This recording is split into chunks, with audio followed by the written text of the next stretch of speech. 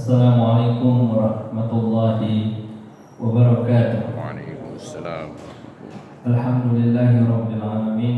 Wassalatu wassalamu ala asyrafil anbiya'i wal mursalin Sayyidina Muhammadin wa ala alihi wa sahbihi wa man tabi'ahum bi ihsanin ila yaumiddin. Subhanaka la ilma lana illa ma 'allamtana innaka antal alimul hakim. Rabbi yassir wa la tu'assir, Rabbi tammim bil khair, wa la hawla wa la quwwata illa billahil aliyyil azim. Amma ba'du. Alhamdulillah, malam hari ini kita akan melanjutkan pengajian kitab Bulughul Maram karya Ibnu Hajar Al-Asqalani, bab hukum jual beli di masjid. Pada pertemuan yang lalu kita sudah membahas tentang hukum mencari barang yang hilang di masjid, ya. Dan jumhur ulama mengatakan hukumnya makruh, ya, sekurang-kurangnya makruh. Ada pula sebagian ulama yang mengatakan hukumnya adalah haram. Dan kalaupun harus mencari barang hilang di masjid, maka jangan di dalam masjid, tapi di luar masjid. Insyaallah malam ini kita akan membahas tentang hukum jual beli. Wa anhu anna Rasulullah sallallahu alaihi wasallam yaqulu, dari Abu Hurairah radhiyallahu anhu bahwa Rasulullah SAW bersabda, "Idza ra'aitum man yabi'u aw yabta'u fil masjid faqulu la arbahallahu tijarataka." Jika engkau lihat seseorang berjual beli di dalam masjid, maka katakanlah padanya, semoga Allah tidak menguntungkan perdaganganmu. Rawahun Nasa'i wa Tirmidzi wa hassanahu. Riwayat Nasa'i dan Tirmidzi, hadis hasan menurut Tirmidzi. Jadi jamaah sekalian yang dimuliakan oleh Allah Subhanahu wa taala, jual beli pada dasarnya hukumnya halal, boleh. Ya, wa ahallallahu al-bai'a wa harrama riba. Allah menghalalkan jual beli dan mengharamkan riba. Ya. Jual beli itu, ya, bahasa lainnya barter. Ya. Kalau zaman dulu barter barang dengan barang, ya. Tapi belakangan karena untuk memudahkan transaksi, maka dibuatlah mata uang.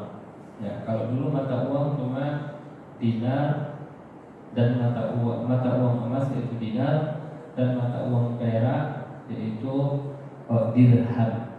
Ya. Ini alat tukar yang berlaku pada masa itu. Tapi itu ada kelebihannya, Pak. Kelebihannya anti inflasi. Ya. Tidak akan ada inflasi kalau mata uangnya itu dinar dan dirham. Ya. Tapi kalau mata uang rupiah ini, waduh, dahsyat sekali inflasinya. Tahun 76 ada yang cerita ke saya, makan padang itu hanya 75 rupiah, ya, sekali makan, ya. Tapi gaji sebulan pun cuma 15.000, gitu. Nah, sekarang mana dapat segitu untuk bisa makan? Nah, itulah ada inflasi. Nilai mata uang itu semakin hari semakin berkurang. Nah, jemaah sekalian yang dimuliakan oleh Allah Subhanahu wa taala, di mana saja kita boleh melakukan transaksi jual beli, ya. Wabil khusus di pasar, ya. Akan tetapi ada tempat yang nggak boleh kita melakukan transaksi jual beli. Kenapa? Karena tempat itu adalah tempat yang sakral, ya, tempat yang begitu dimuliakan, begitu dihormati dan begitu diagungkan. Di antaranya adalah masjid. Ya. Masjid baik Masjidil Haram, Masjid Nabawi, dan seluruh masjid yang ada di muka bumi ini. Tapi begitu pun jumhur ulama, maksud jumhur ini kebanyakan ulama mengatakan bahwa hukum jual beli di masjid, ya, hukumnya adalah makruh.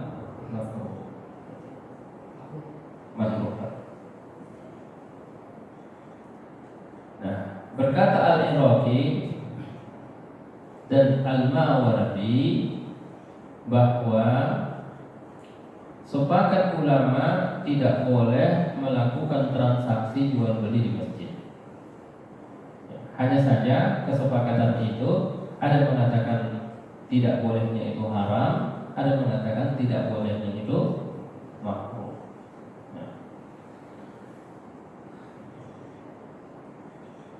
Akan tetapi begini, kalau sudah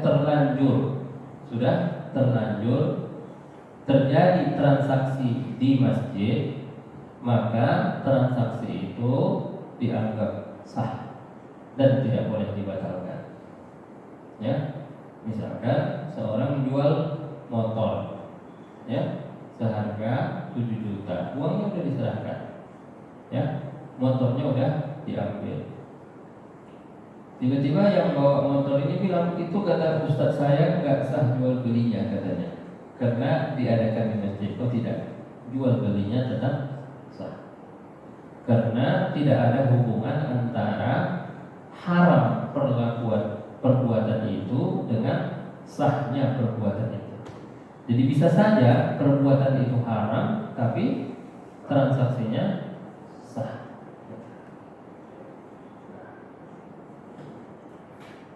Sebagian ulama dalam mazhab Syafi'i mengatakan tidak makruh melakukan jual beli di masjid. Akan tetapi pendapat mereka itu lemah karena bertentangan dengan hadis-hadis yang termasuk yang kita sebutkan tadi.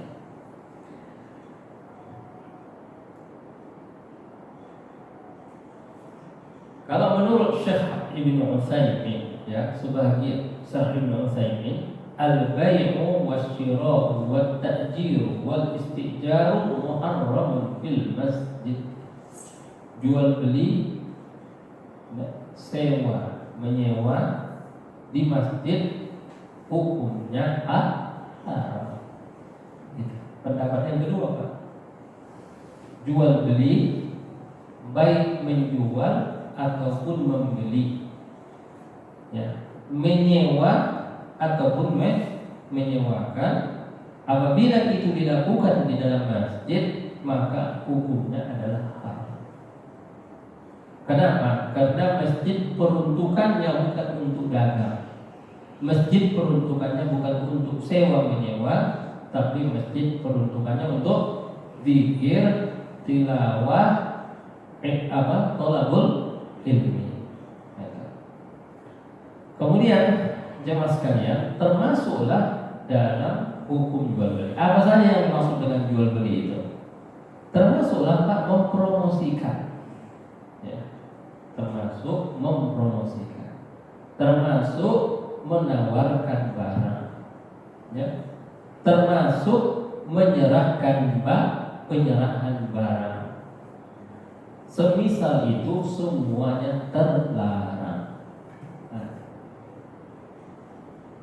Tapi sekarang ada transaksi yang luar biasa, Pak. Transaksi digital. Yang itu bisa dilakukan dari mana? Dari mihrab juga bisa dilakukan. Sedang ngaji ini jual beli juga bisa. Ya kan? Ya enggak, Pak? Tinggal order, bayar, nanti barang dikirim. Itu juga termasuk dalam kategori ini, tidak dibenarkan. Jadi jemaah sekalian, dari penjelasan Asy-Syaukani di atas juga kita ketahui bahwa ulama ijma bahwa jual beli yang dilakukan di masjid tetap sah akadnya, namun berdosa dilakukan yang sekali. Tapi kalau sudah terjadi jual belinya sah. Kalau maksudnya sah itu tidak boleh minta dikembalikan uangnya ataupun minta barangnya. Kecuali pula ada alasan yang sebagaimana itu al-bai'ani bil khiyari ma lam yatafarraqa. Orang yang jual beli itu boleh melakukan khiyar selagi belum berpisah gitu.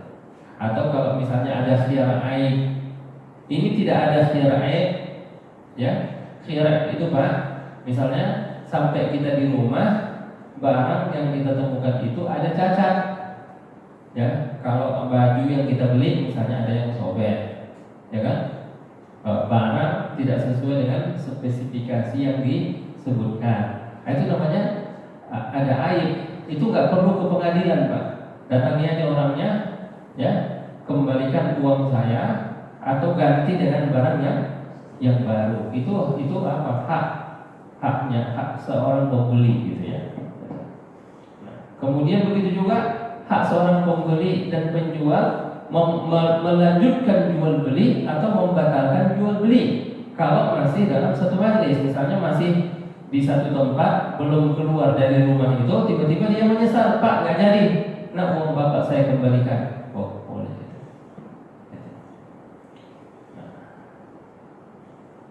Kemudian jemaah sekalian, kenapa dilarang jual beli di masjid?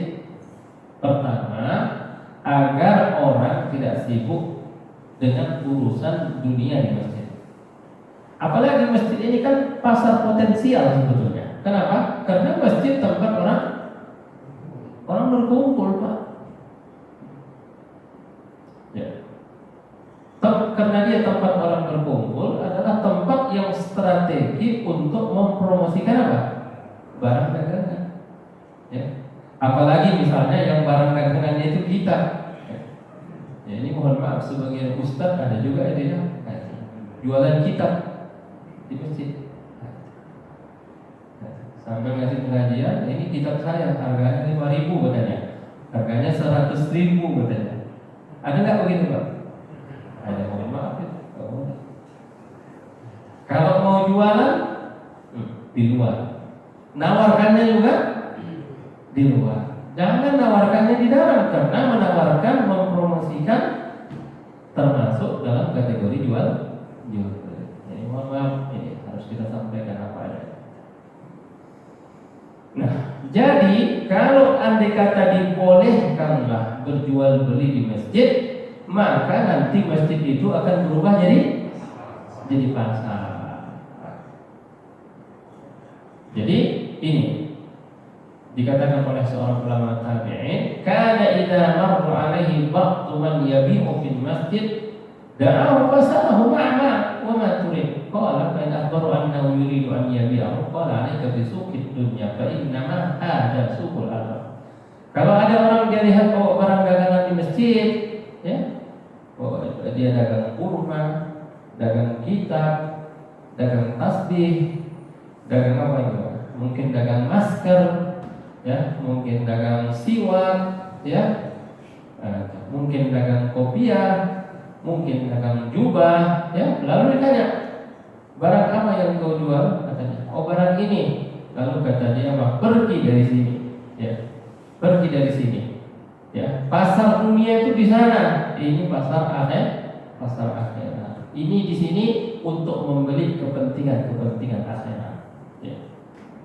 Di sini jual beli juga Pak, tapi jual beli akhirat. Ya, kita sholat, ya, maka kita dapat penggantinya pahala dari Allah Subhanahu wa Ta'ala.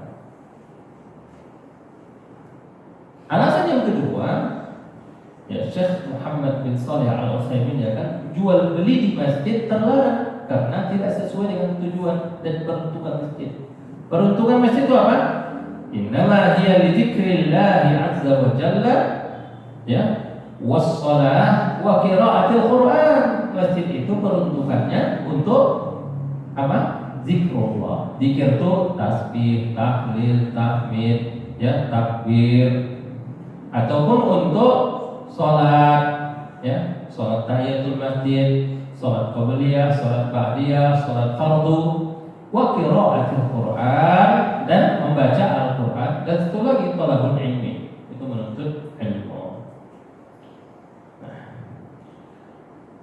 Lalu yang perlu kita dalami di sini, mana yang dikatakan masjid dan mana yang bukan masjid.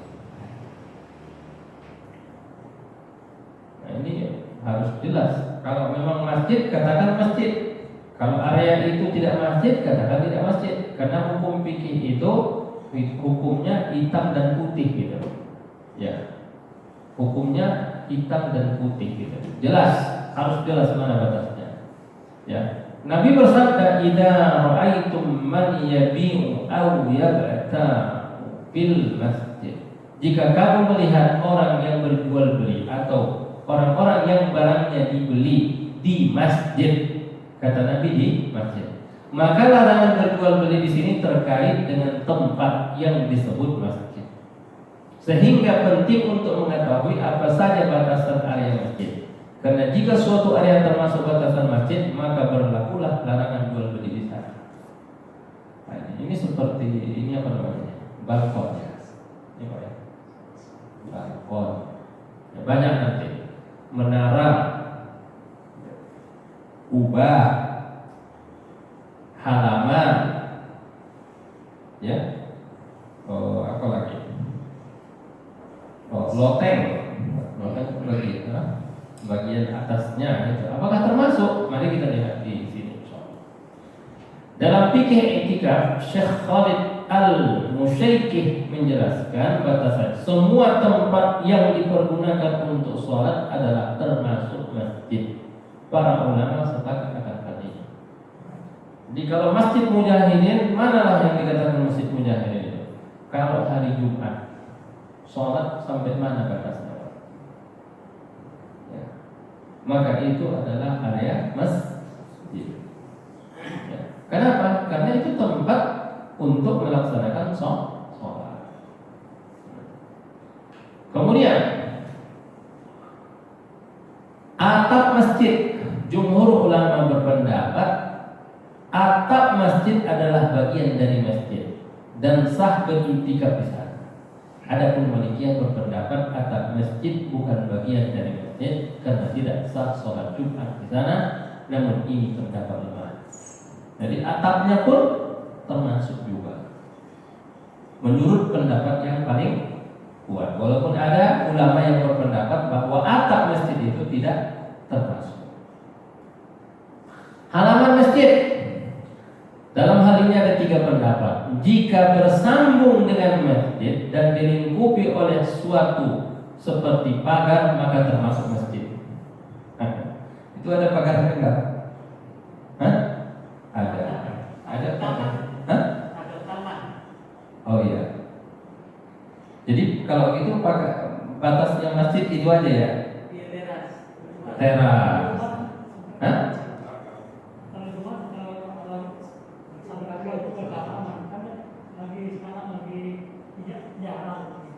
Iya, maksudnya kan jika tidak bersambung, kan sudah terpisah, dipisah oleh pagar.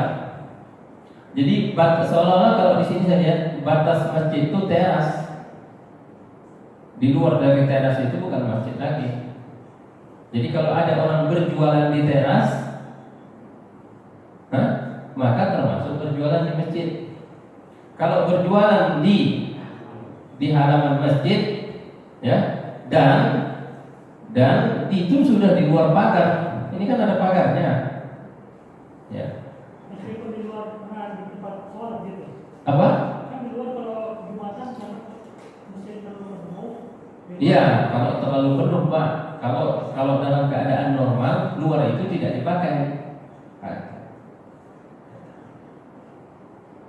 Jadi saya lebih cenderung mengatakan bahwa area masjid itu adalah teras, karena di situ ada pagarnya. Kalau udah di luar dari situ, bukan lagi termasuk masjid. Jadi orang yang nggak boleh berdagang itu di teras masjid. Kalau udah di luar dari teras masjid, silakan. Menurut sebagian pendapat. Kenapa? Karena tidak bersambung. Kecuali masjidnya itu Pak, blank ya.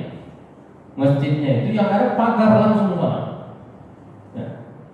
Jadi teras ini misalnya nggak ada, ini sini nggak ada pagar, sini nggak ada pagar, langsung pagarnya di dekat jalan sana itu termasuk area masjid, tapi kadang ini ada pagar gitu.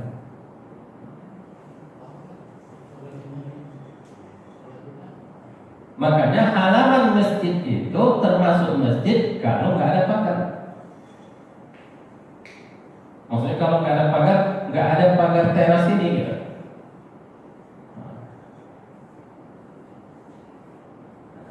Coba lihat Pak, Masjid Istiqlal, ya kan? Mana batas masjidnya?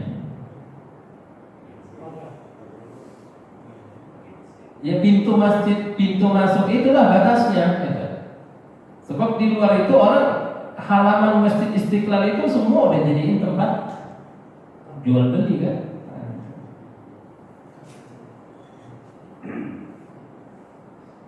Tapi kalau udah di dalam nggak boleh jual beli. Jadi memang kayaknya apa? Berbeda-beda antara satu masjid dengan masjid lain. Jadi dari halaman masjid secara mutlak tidak ada pembatasnya, maka tidak termasuk masjid. Namun ini merupakan pendapat Malikiyah dan pendapat pegangan mazhab Hambali. Kemudian menara yang digunakan untuk azan. Jika menara berada di dalam masjid, ini ada nggak masjid ini menaranya?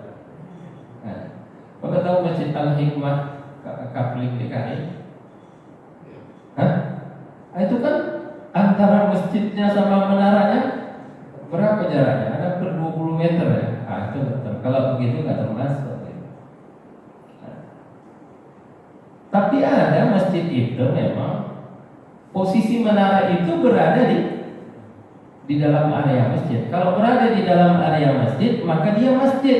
Kalau berada di luar area masjid, maka dia bukan masjid seperti itu. Kemudian lagi, Syekh Abdul Aziz ya mengatakan maka nahatul masjid sa'ilan wa mudkhalan lahu bil masjid bahwa masjid. Ya. Kalau misalnya ada pagar yang mengelilingi, ya pagar satu-satunya itu, maka itu semua area dari masjid. Ya. Tapi kalau pagarnya itu berlapis, ya maka yang dimaksud adalah yang pertama dan yang kedua itu masjid, sedangkan yang ketiga itu bukan lagi termasuk dari masjid. Nah, oke. Gitu. Terus ini gimana masalahnya? Kalau menikahkan bagaimana di masjid? Akad nikah. Bayar hutang di masjid gimana hukumnya? Nah, ini kan saya punya hutang sama bapak bulan. Kebetulan nanti ketemu di masjid, nyiapin uang gitu ya. 100.000. Nah, hutang saya, boleh nggak itu? Nah, jadi hutang piutang berbeda dengan jual beli.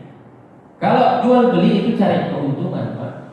Kalau hutang piutang bukan cari keuntungan, babnya ta'awun 'alal birri wat taqwa. Kalau hutang piutang nggak lama, sebentar. Tapi kalau jual beli bisa seharian. Itu. Maka oleh karena itu kata para ulama, jaza di masjid sukna tajriba. Jadi boleh dilakukan, ya, bertempat tinggal di masjid bagi laki-laki yang kesehariannya hanya beribadah, boleh. Kemudian melakukan akad nikah juga boleh di masjid. Melunasi hutang boleh juga di masjid. Membunuh kalajengking juga bisa di masjid. Tidur, tapi syaratnya jangan tidur sampai ngorok gitu. Nah, tidur kalau tidur qailulah. Tidur qailulah itu tidur sebentar, ya, boleh di masjid. Jangan terlalu ekstrim, dilarang tidur di masjid katanya. Mana pula larangannya?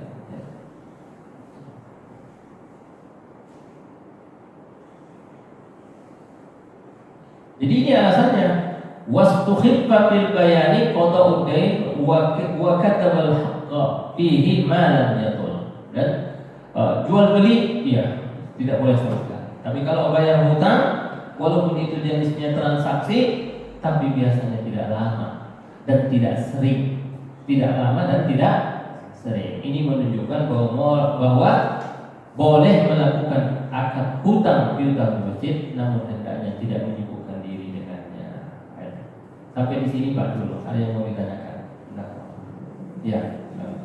Kalau gini, itu tadi kan yang jual beli yang dibeli, tapi kalau umpamanya masjid gitu, umpamanya negosiasi untuk kos korban gitu kan, itu kan jual di berapa mau kos korban itu di dalam masjid berapa? Apa masjid itu? Terus yang kedua lagi, gedung masjid itu kan kebanyakan ada yang disewa untuk apa? Untuk desa kawinan gitu. Ya.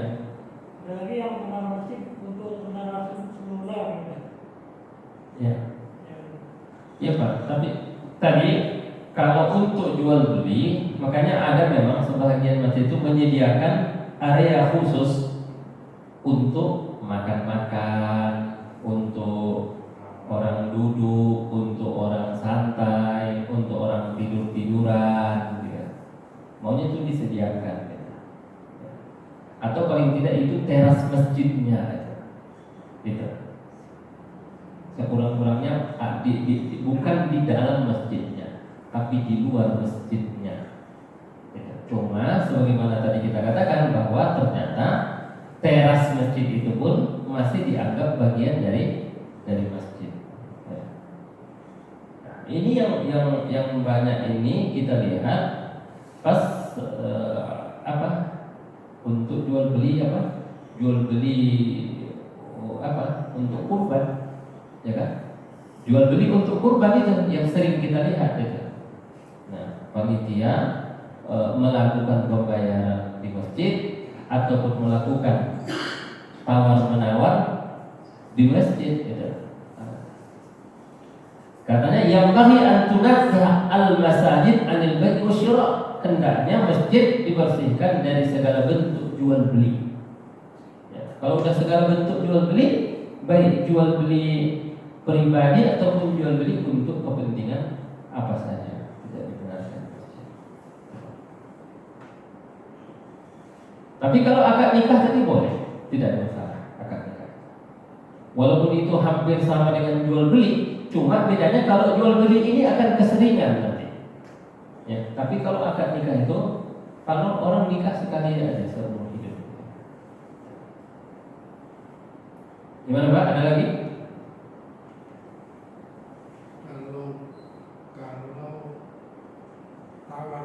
Menawarkannya itu adalah urusan umroh haji. Masya Allah. Apalagi itu? Sering kan? Iya, itu dia.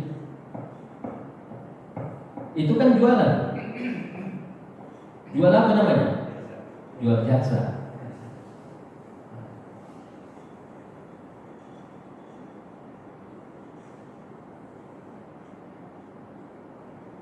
Sebaiknya dilakukan di luar masjid.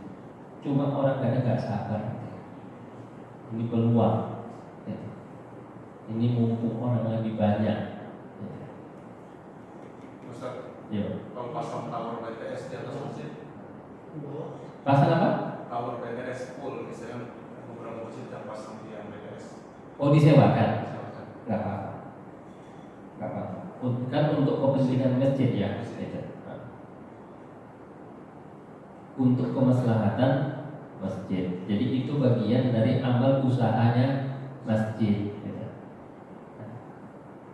Atau misalkan masjid mengadakan sebuah acara, menyewakan lapak di sekitar masjid juga tidak apa-apa. Asalkan jangan lapaknya itu taruh di dalam masjid. Justru mengkhususkan tempat supaya orang tidak berjualan di dalam area Ya. Tadi yang ada nasihat yang katakan hanya makruh. Itu tadi karena jualan kita tuh makruh aja. Itu bisa dibolehkan? Ya, masalahnya memang masalah khilafiyah, Pak, khilafiyah. Kalau mazhab Syafi'i mengatakan hukumnya makruh, tapi kalau Syekh Ibnu Utsaimin tadi mengatakan hukumnya haram. Karena itu ada itu dia dapat hukuman. Orang yang jual beli itu dapat hukuman. Hukumannya apa? La arbahallahu tijaratan. Apabila engkau melihat seseorang yang berjualan di masjid, katakanlah semoga daganganmu enggak beruntung. Bayangkan Pak, kalau 10 orang yang berdoa, kira-kira untung enggak kita itu? Mendingan enggak usah jualan di masjid daripada rugi semua dagangan kita gitu. Tapi kalau mau berjualan, sekurang-kurangnya tadi hukumnya makruh, setinggi-tinggi hukumnya haram. Fi buyutin adinallahu an turfa wa yudhkara fiha ismuhu yusabbihu lahu fiha bil ghudwi wal asal. Jadi masjid itu tempat untuk berzikir, tempat untuk baca Quran, tempat untuk talabul ilmi, bukan tempat untuk mencari mencari keuntungan. Allah. Ya. Terus terang dulu jangan 212 kita mengadakan gerai mat 212. Ya. Kita bahasannya itu sekitar untuk membuka gerai, kedai, dan ini ada penawaran juga. Itu sebetulnya tidak boleh. Iya. Itu udah masuk bab lain itu Pak. Itu babnya itu jihad iktisadi. Ya. Jihad iktisadi. Orientasinya bukan orientasi untuk kepentingan pribadi gitu ya. Bukan untuk kepentingan seseorang itu mendapatkan keuntungan, tapi untuk menyadarkan umat ini agar memperhatikan, agar mau saling tolong menolong untuk mensejahterakan, meningkatkan perekonomian umat, kan begitu. Saya lebih cenderung mengatakan begini, yang dimaksud itu adalah orang yang berdagang untuk kepentingan pribadinya gitu ya. Saya tadi melihat begini, kalau untuk kurban itu bagaimana gitu ya. Untuk kurban itu saya rasa tidak ada panitia itu yang niatnya untuk mendapatkan keuntungan, ya kan? Mereka itu hanya sekedar untuk memfasilitasi masyarakat yang hendak berkurban, bukan. Wallahu a'lam dalam hal itu. Tapi kalau memang memungkinkan, tapi kan hukumnya tadi nggak sampai haram Pak ya, nggak sampai haram di sebagian mazhab ulama. Tapi kalau memang memungkinkan, sebaiknya masjid itu dihindarkan dari hal-hal yang demikian. Baik dagangannya itu sedikit ataupun dagangannya banyak, baik dagangannya untuk kepentingan pribadi ataupun untuk kepentingan bersama. Saya lebih melihatnya babnya bab keutamaan, bukan bab haram dan halal. Apalagi tadi kalau untuk kepentingannya untuk kepentingan umat, ya, untuk kepentingan bersama. Wallahu a'lam.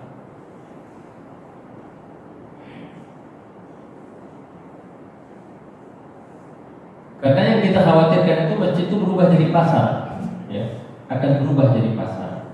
Kalau seandainya setiap orang dibenarkan untuk berjualan di masjid.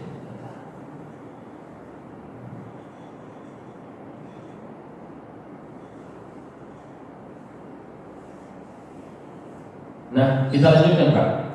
Wan Hakim bin Hizam qala Rasulullah la tuqamul hudud fil masajid wa la yustaqadu fiha.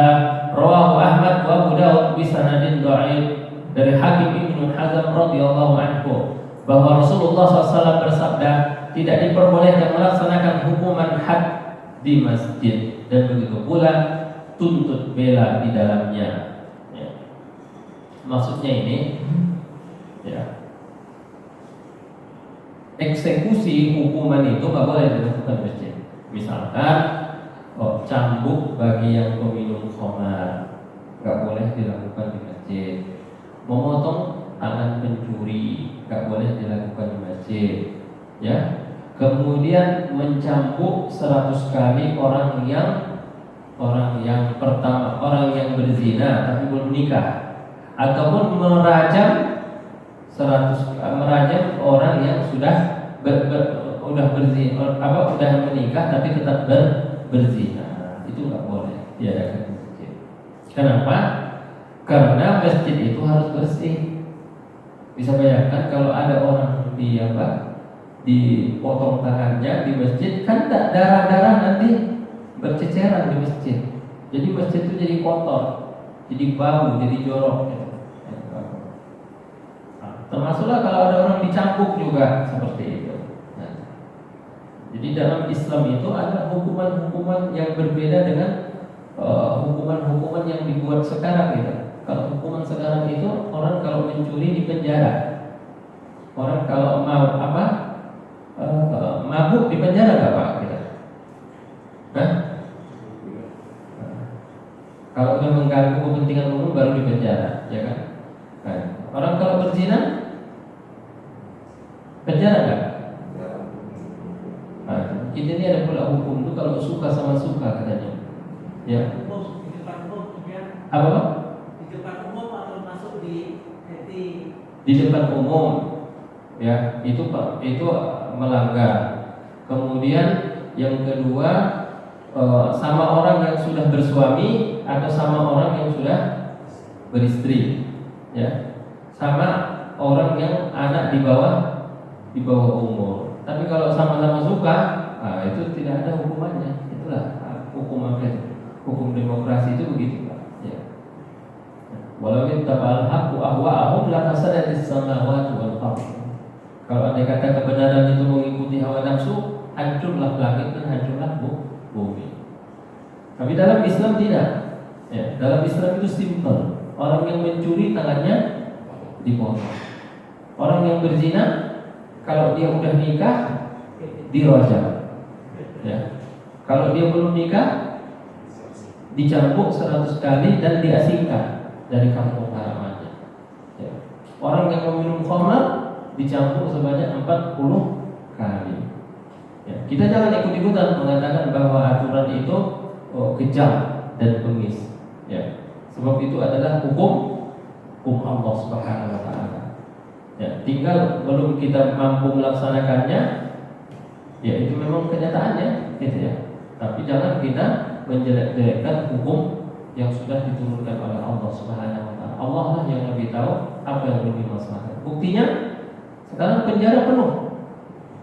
Ya, udahlah dia mencuri, kemudian di penjara 6 tahun, pemerintah harus ngasih makan dia selama 6 tahun gitu. Berapa uang yang habis? Tapi kalau udah dipotong tangannya udah dibebaskan aja. Kemudian orang-orang akan lihat, akan menjadi ibrah gitu ya, akan menjadi ibrah. Ya.